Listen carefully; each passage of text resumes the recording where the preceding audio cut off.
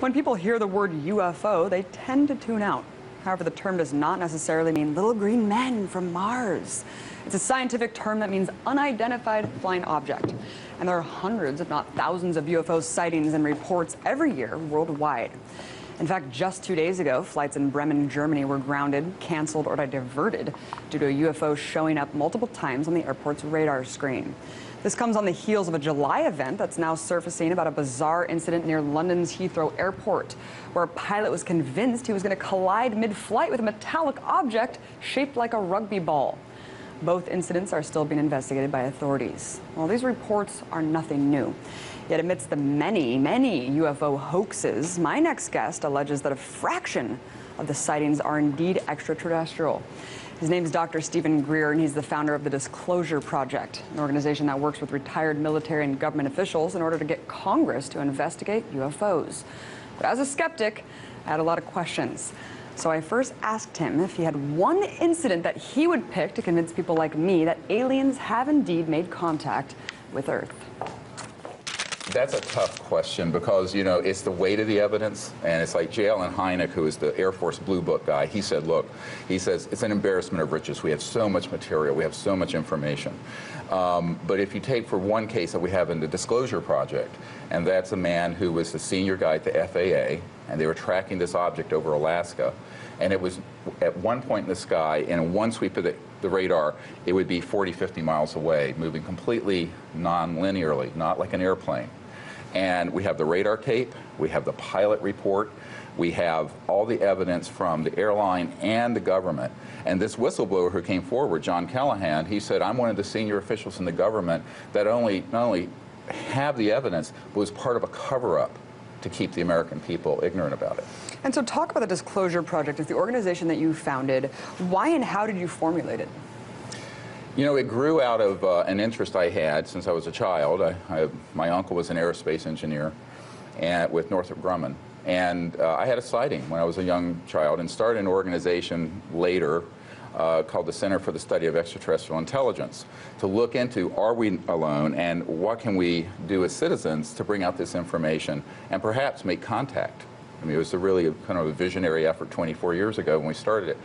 Disclosure Project started because in my early days I was naive and I thought, well, if we put all this evidence together, government documents, astronauts, cosmonauts from the former Soviet Union who have seen these objects, and we have all this and we give it to, in this case, Bill Clinton and his CIA director, who I personally briefed on this subject, they'll do the right thing in the secrecy, bring out this information. It'll be one of the greatest discoveries in human history. Not only that, it'll bring out the technologies, which, frankly, is the reason behind the secrecy. We'll get to this in a minute.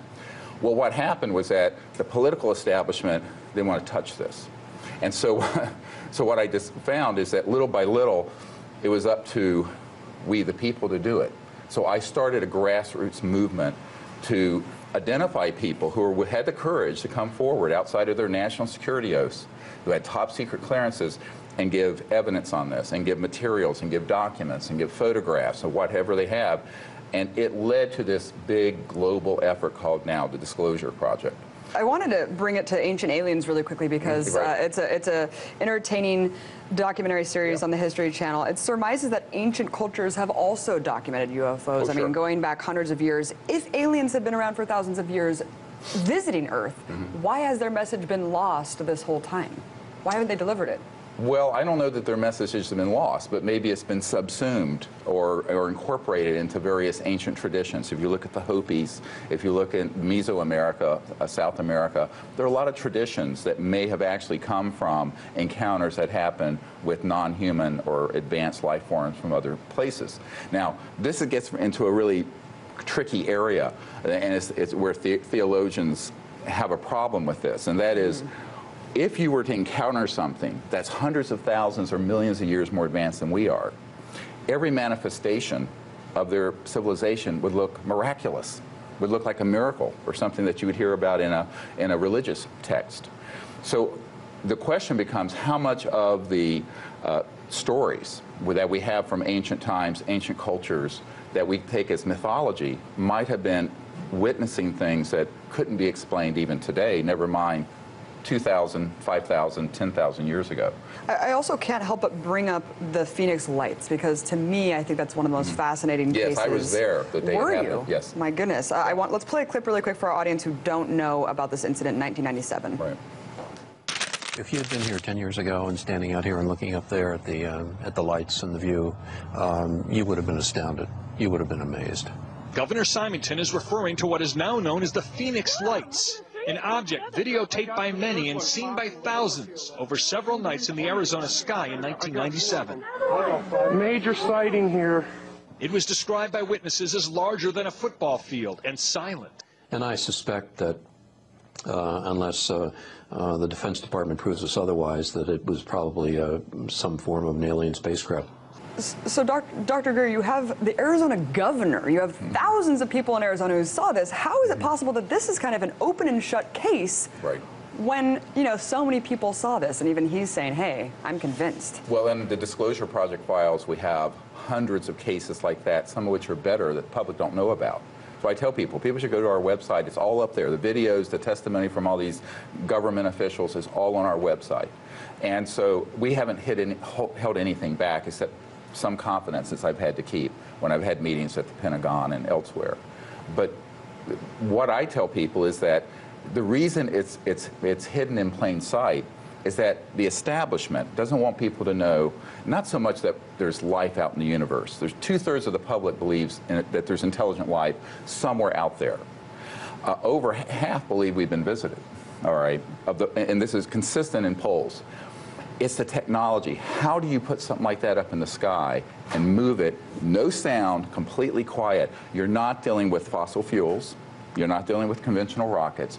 You're dealing with an entirely new area of physics, which, if it was disclosed, would mean the end of big oil, the end of the petrodollar, the end of public utilities as we know it. It would be an entirely new energy paradigm. And so the macroeconomic power behind the secrecy is what no one's been looking at. And this is what the Minister of Defense of Canada and I did a press conference on a few years ago, Paul Hellyer, and I did a press conference about this, that it's the energy and technology part of this story that has led to the extreme secrecy and also the extreme ridicule. Let's talk about your documentary series, because you were mentioning earlier that you've spoken to people who have actually taken these bodies out of crafts. I mean, Dr. Greer, where are these bodies? I mean, in Sirius, you discussed the Atacama skeleton found in Chile as an extraterrestrial being.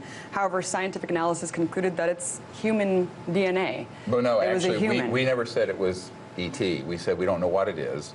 And the DNA analysis from Dr. Nolan at Stanford is that 9% of the genetic material isn't matching to humans. Now, as of last week, we just discovered that the stature of this being, which is, now this is a 6... Can I finish my question really Yes. quickly? Because I think even making these allegations before you know, I mean, you're saying that we don't know. Does it discredit your larger attempt to expose the truth about UFOs if you're saying these things? We can't see the beings that have been, you know, supposedly... Well, no, and I've never been to a facility where they've been autopsied. However, I know men who have been there, and those are the people in the Disclosure Project and who have gone on the record, who actually have been on retrieval teams.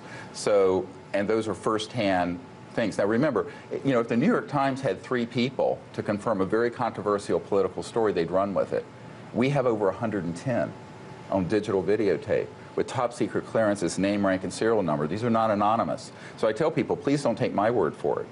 As for the Atacama humanoid, very controversial. You know, the Huffington Post had 5 million people on their site when this thing broke a few months ago.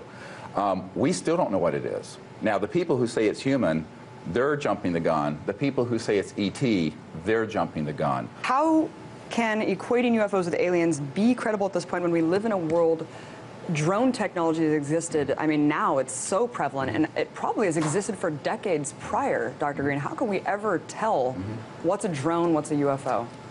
Well, you have to know the science behind it. The drones that people see make a noise, like this case that just happened in Germany. It's very noisy. Those things are not quiet.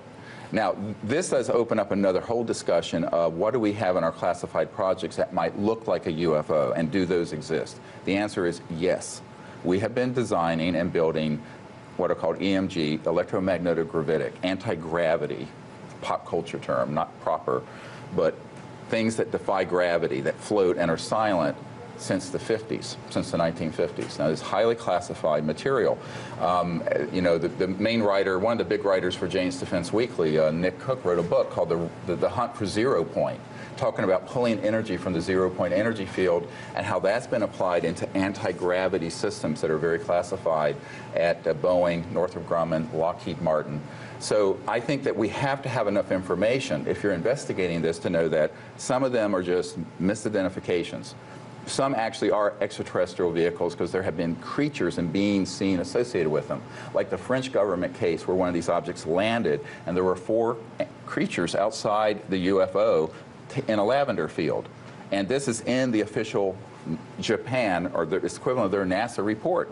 So don't take my word, listen to the French government's report. Same thing at the Bentwaters case in England. An object landed, there were ETs seen associated with the landing. But if it's in these official reports, how come there's no official documentation of the beings? That's what I don't understand. Well, that's a very good question. You'd have to ask the people keeping the secret.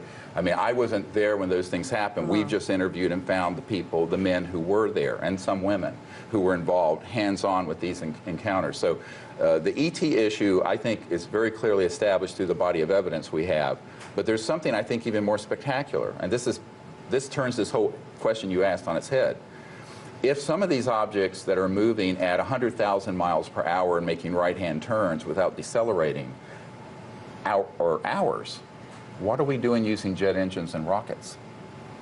What kind of technologies are extant, are out there that might give us an entirely new civilization without pollution, poverty, what have you?